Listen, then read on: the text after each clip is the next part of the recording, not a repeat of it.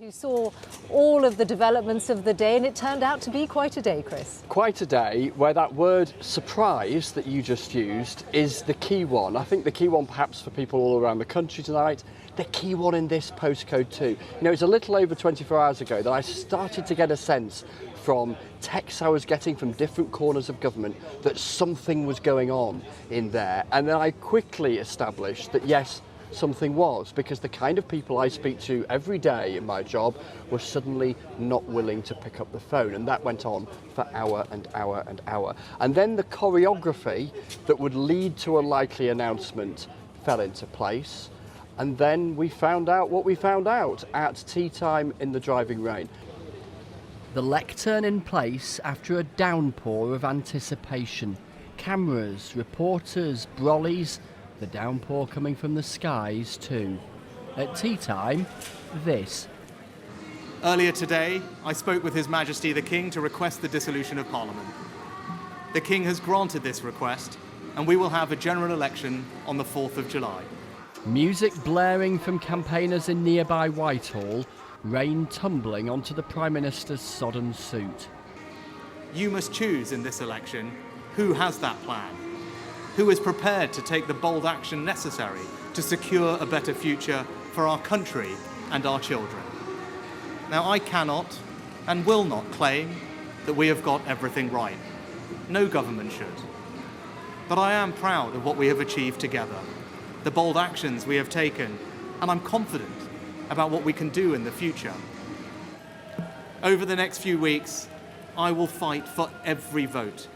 I will earn your trust, and I will prove to you that only a Conservative government led by me will not put our hard-earned economic stability at risk, can restore pride and confidence in our country, and with a clear plan and bold action will deliver a secure future for you, your family, and our United Kingdom. So this is it, a general election is on. Power will leave this most powerful of streets, and you'll be able to decide whether he stays or whether he goes. And so the arguments, the persuasion begins. On days like this, one lectern leads to another, and the thrust of Labour's message hangs on one word. A chance to change for the better.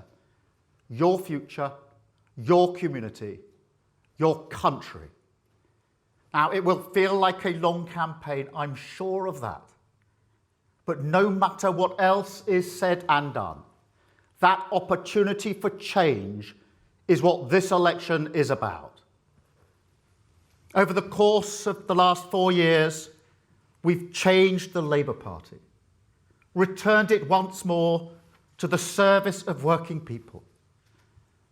All we ask now, humbly, is to do exactly the same for our country and return Britain to the service of working people.